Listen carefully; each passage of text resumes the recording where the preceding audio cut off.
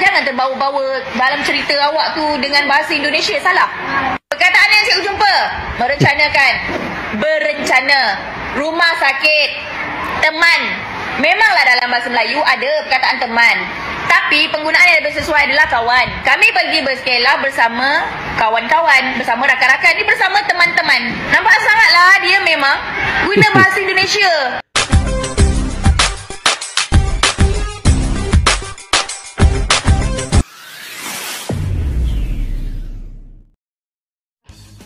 Assalamualaikum dan salam persaudaraan. Ini ujian bahasa Melayu, bukan bahasa Indonesia ya. Begitu kira-kira reaksi spontan sang cikgu Malaysia yang tiba-tiba kaget berat lepas lagi semak kertas ujian. Dia malah menemuin jawapan murid yang ditulis full pakai bahasa Indonesia. Kok bisa? Apa gara-gara terlalu sering nonton YouTube Indonesia atau karena pengaruh budaya Indonesia yang makin kuat di Malaysia ini? Yang jelas guys, ini bukan cuma soal bahasa tapi juga soal betapa kuatnya pengaruh Indonesia di kalangan pelajar luar. Yuk nonton sampai habis karena ceritanya makin lama makin lucu tapi juga bikin mikir. Yuk kita simak video ini guys. Jangan terbawa-bawa dalam cerita awak tu dengan bahasa Indonesia salah. Perkataan yang cikgu jumpa, merencanakan, berencana, rumah sakit, teman. Memanglah dalam bahasa Melayu ada perkataan teman, tapi penggunaan yang lebih sesuai adalah kawan. Kami pergi berskela bersama kawan-kawan, bersama rakan-rakan, ni bersama teman-teman. Nampak sangatlah dia memang guna bahasa Indonesia. Banyak yang cikgu jumpa dalam kalangan awak ni. Apa? Kurang-kurang sikit tengok konten Indonesia tu. Jangan terbawa-bawa dalam cerita awak tu dengan bahasa Indonesia salah. Halo, ketemu lagi dengan saya seperti biasa perjalanan ke kantor pagi ini. Jadi sekarang lagi ramai di negara tetangga kita Malaysia. Anak-anak mudanya lebih senang menggunakan bahasa Indonesia. Sebenarnya kita cerita anak muda Malaysia awal terpincut pakai bahasa Indonesia. Logat atau gaya bahasa Indonesia.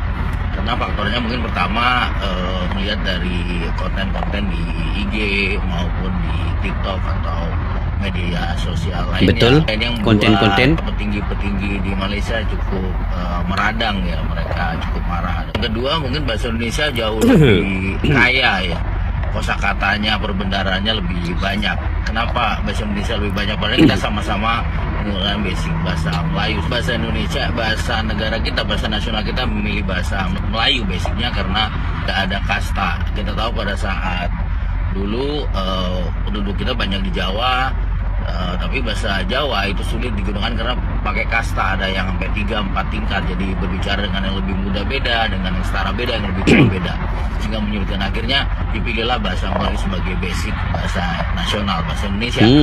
Tapi kesininya lebih diperkaya lagi, jadi banyak sekali bahasa-bahasa serapan, baik dari bahasa Arab, karena kita juga pernah banyak orang Arab, dari bahasa Cina, dari bahasa Portugis, dari bahasa Inggris, dari bahasa Sanskerta, dari bahasa Jawa. Saya pernah ketemu dengan orang Malaysia, dia bilang bahwa kalau bahasa Melayu sangat sulit sekali mereka membuat naskah formal, naskah resmi, naskah ilmiah menggunakan bahasa Melayu karena sangat sedikit. Jadi mereka banyak memilih menggunakan bahasa Inggris. Nah, kembali lagi tadi bahasa Indonesia karena kaya sekali, banyak diserap bahasa-bahasa asing yang dijadikan bahasa Indonesia, dirubah sedikit kata-kata, susunan katanya menyesuaikan dengan pengucapan. Seperti paling gampang akun menjadi A, huruf A, K, U, dan N. Kemudian konten huruf K, O, N, T, E, dan N. Jadi bukan konten seperti dalam bahasa Inggris. Nah, ini tentunya memperkaya bahasa Indonesia. Yang paling gampang kalau kita tahu influencer. Influencer itu bahasa Inggris tapi bahasa Indonesia sudah ada loh. Pemengaruh. Kata dasarnya pengaruh, kemudian dikasih kesimpulan jadi pemengaruh. Jadi sebenarnya banyak sekali. Terus juga server. Server itu kan bahasa Indonesianya ada, namanya peladen. Kata dasarnya adalah laden. Laden itu dari bahasa Jawa, melayani. Itulah yang membuat akhirnya kenapa bahasa Indonesia itu lebih kaya dibanding dengan bahasa Melayu. Jadi cintailah bahasa Indonesia. Silakan mau komen, terima kasih. Tahniah. Okey guys, sebelum itu ya. Yang saya tahu bahasa Indonesia ini kan dia banyak bahasa etnik, lebih mungkin 700 bahasa etnik yang ada di Indonesia ini. Tetapi yang uniknya, Indonesia menciptakan satu bahasa yang namanya bahasa Indonesia. Dan bahasa Indonesia itulah yang daripada gabungan etnik-etnik yang ada di bawah itu dicantumkan, tetapi diperbaharui dan dilengkapi lagi. Jadi maknanya di sini bahasa Melayu juga ada suku etnik di Indonesia. Itu juga daripada suku-suku lain digabungkan menjadi bahasa Indonesia. Jadi salah satu yang ada di Indonesia bahasa Melayu itu daripada bahasa yang ada suku etnik di Indonesia. Jadi kalau di Malaysia ini bahasa Melayu itu dianggap bahasa kebangsaan ataupun bahasa Malaysia. Memang ada bahasa Malaysia juga, tetapi orang selalu mengatakan bahasa Melayu ya, bahasa Melayu, karena bahasa Melayu itu dia lebih kepada dalam pengetahuan orang-orang Malaysia lebih umum. Tetapi kalau di Indonesia dia berbeda ya. Bahasa Melayu itu merupakan salah satu bahasa yang ada di daerah-daerah Indonesia yang bersuku kaum Melayu. Maknanya itu kecil, sangat kecil. Jadi bahasa Indonesia itu lagi besar, meliputi beberapa suku etnik dan beberapa ratusan bahasa yang ada di Indonesia itu menjadilah dia bahasa Indonesia. Kayak gitu ya. Okey, kita lanjut guys. Kepada jiran kita Indonesia, kerana baru-baru ini pada 20 November yang lalu, bahasa Indonesia telah Bahasa dijadikan Indonesia bahasa rasmi UNESCO. dalam UNESCO, selain daripada bahasa-bahasa macam bahasa Arab, bahasa Mandarin, Perancis, Sepanyol, Rusia, Hindi, Itali, Portugis dan juga bahasa Inggeris. Layaknya bahasa Indonesia ni dijadikan bahasa UNESCO tak dapat disangkal lagi, sebab bahasa Indonesia ni terdapat lebih 275 juta pentutur, dan juga bahasa Indonesia ni telah dimasukkan dalam silibus sekolah dekat 52 buah negara selain daripada Indonesia. Dan sampai sekarang ni terdapat lebih kurang 150,000 pentutur bahasa Indonesia yang terdiri daripada orang bukan Indonesia yang aktif menggunakan bahasa Indonesia. Dan sebenarnya usaha Republik Indonesia memartabatkan bahasa Indonesia ni telah bermula sejak tahun 1952 lagi. Sebagai rakyat Malaysia, sebagai jiran kepada Republik Indonesia, aku tupang gembira dan aku turut berbangga dengan berita ni. Namun, persoalan dia, kenapa bukan bahasa Malaysia? Apa yang profesor ni fikir dengan apa yang aku fikir sama. Dekat mana silap dia? Kenapa bahasa Malaysia yang tidak dijadikan bahasa rasmi UNESCO? Koranglah punca dia. Tak kisahlah, daripada yang duduk-duduk atas, menteri, bagai apa semua, sampailah dekat yang bawah-bawah. Daripada kalangan pemimpin, kau tengok dekat parlimen tu, berapa kerat je yang boleh cakap bahasa Malaysia elok-elok. Yang mana yang Melayu tu, Melayu lah. Tapi yang bukan bangsa Melayu ni, rakyat telah mula hidup di sebuah negara yang terpuluh-puluh. Diorang cakap Melayu kadang-kadang lagi bagus daripada orang Melayu tu sendiri. Lepas tu baru-baru ni kan ada content creator yang berbangsa India tu, yang orang sendiri terkejut. Ui, dia cakap Melayu memang macam orang Melayu lah. Tak kisahlah kau ni India ke, Cina ke, Melayu ke, bahasa Malaysia tu kan bahasa rasmi. Yang Melayu tak payah nak galak sangat lah. Korang pun bila jumpa Melayu dengan Melayu, borak-borak, kadang-kadang aku cucuk dia dengar kan, borak dalam bahasa Inggeris. What you know me, I am you, what you doing here, I want to drink. Paling cadah apa? Sebab bagi korang cakap English ni barulah educated, nampak bijak. Cakap bahasa Melayu ni low class, tak nampak educated. Daripada pihak kerajaan sendiri pun tak kisahlah kerajaan mana pun, ada je aku nampak usaha-usaha nak memartabatkan bahasa Malaysia ni sebagai bahasa kebangsaan. Tapi acuh tak acuh, hangat-hangat tai ayam. Kalau kau tengok dekat Indonesia ni, bukan dekat Indonesia ni ada orang Melayu je, ada orang Aceh je, ada orang Jawa je, kadang-kadang ada je yang bangsa Cina. Tapi bila diorang buka mulut cakap bahasa Indonesia je, memang tak ada bunyi bunyi macam Cina sikit ke, bunyi macam India sikit ke, memang bunyi bahasa Indonesia, memang itulah bunyi dia. Jadi dalam isu ni, rakyat Malaysia, kau tak payah nak petikai kenapa bahasa Indonesia diangkat menjadi bahasa rasmi UNESCO. Yang pemimpin tak payah nak salahkan rakyat, yang rakyat tak payah nak salahkan pemimpin, semua salah. Termasuklah juga aku yang buat video YouTube dalam bahasa Malaysia ni pun ada orang bagi cadangan. Buat dah dalam bahasa Inggeris. Weh, aku buat untuk orang Malaysia dengar. Tapi korang juga yang cakap, dekat Jepun tu, kalau kau nak pergi sana, kau kena belajar bahasa dorang tau. Dekat Korea pun, kau nak pergi sana, kau kena belajar bahasa dorang tau. Kenapa bila datang Malaysia je, cakap English pun boleh? Aku tahu penyampaian aku ni macam tak tersusun, kucak-kacir sikit, tapi aku rasa kau dapat tangkap lah kan apa yang aku nak sampaikan. Tak payah nak cemburu sangat, tak payah nak petikai kenapa bahasa Indonesia diangkat menjadi bahasa rasmi UNESCO untuk Republik Indonesia dan warganya. Tahniah.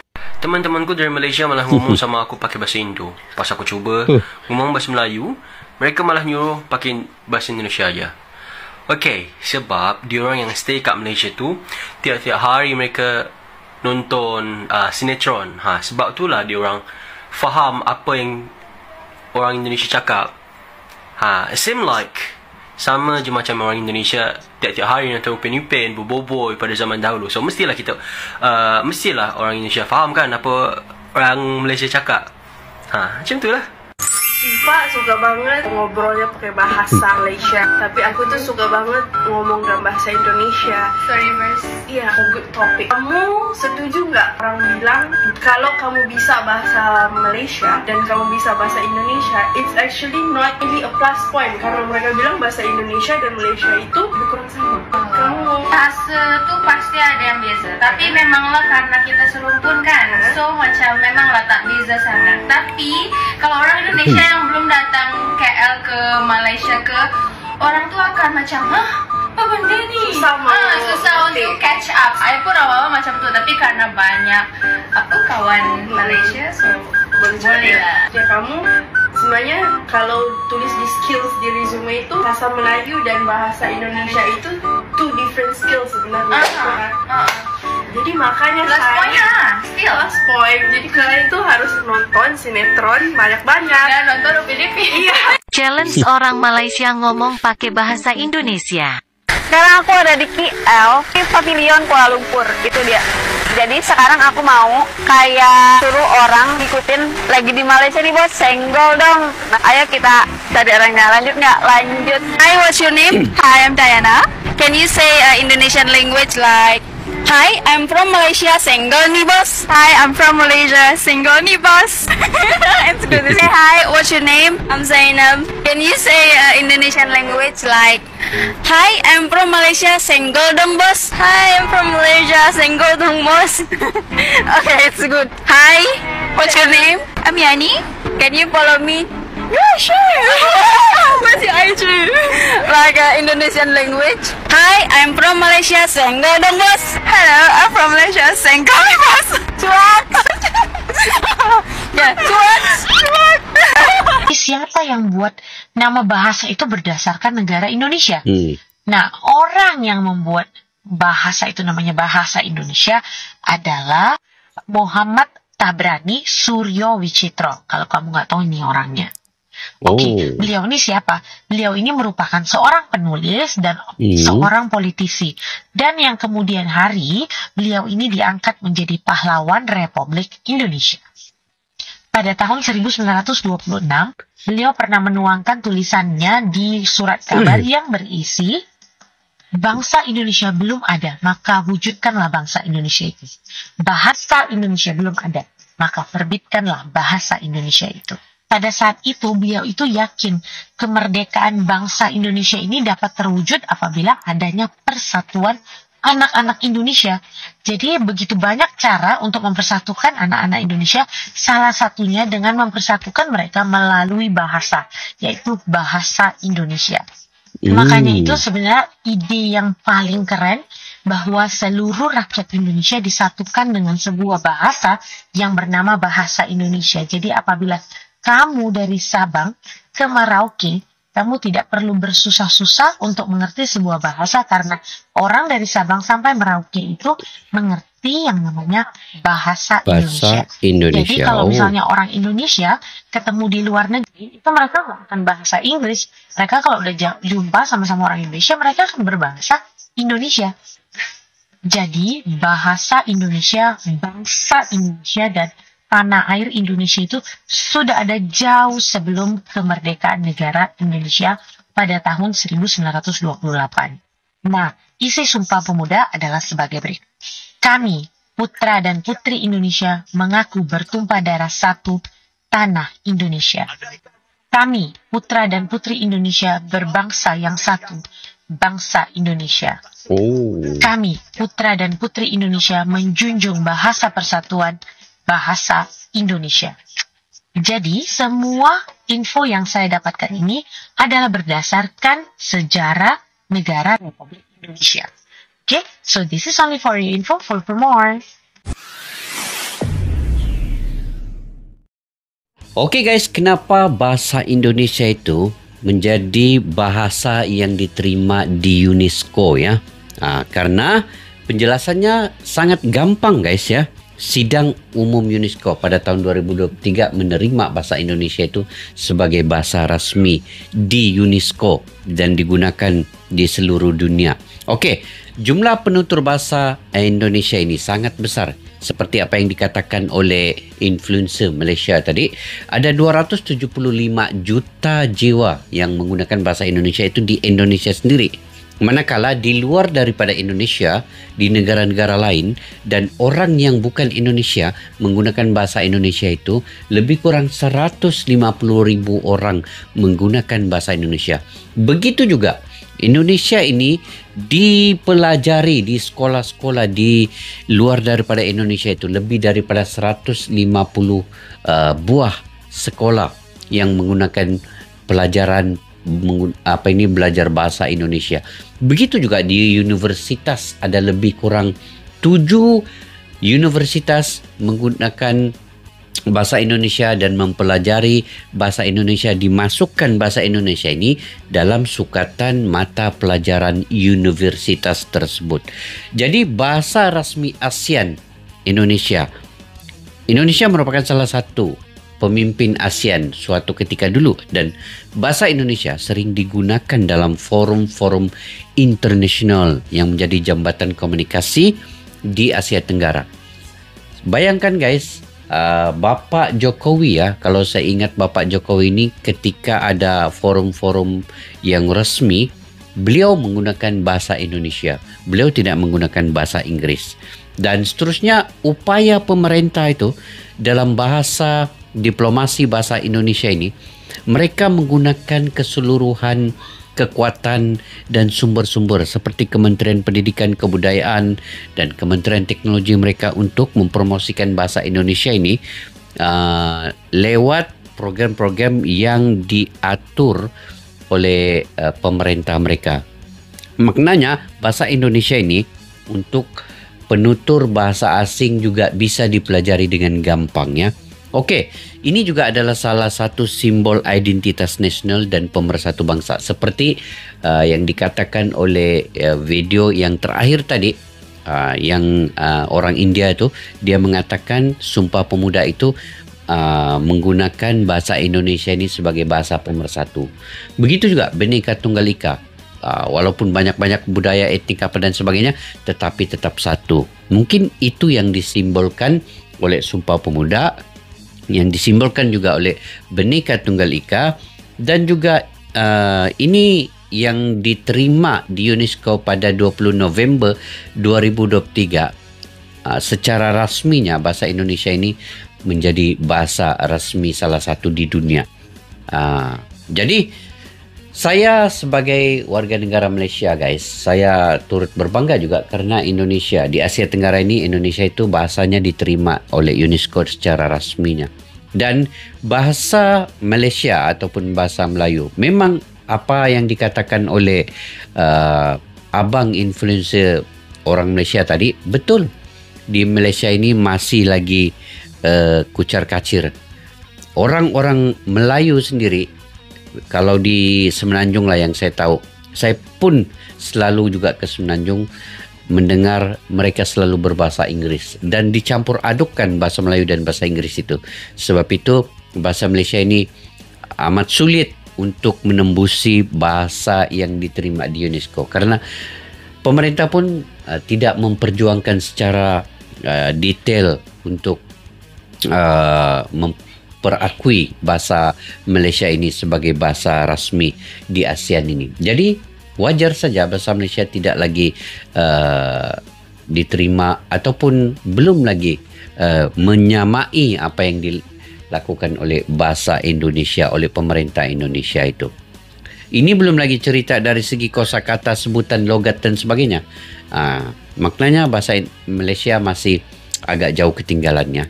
Ini secara fakta dan data, kita bercakap, ngomong, berbicara terkait dengan data tanpa merendahkan mana-mana negara ya. Saya tidak merendahkan Malaysia juga dan saya tidak terlalu untuk memuji Indonesia, tidak. Tetapi kita biar netral ya, kita bicara ini terkait dengan yang betul-betul fakta dan datanya. Oke guys, sampai di situ saja video pada kali ini. Mungkin kalian juga punya pandangan pendapat sendiri, kalian boleh komentar di ruang kolom di bawah.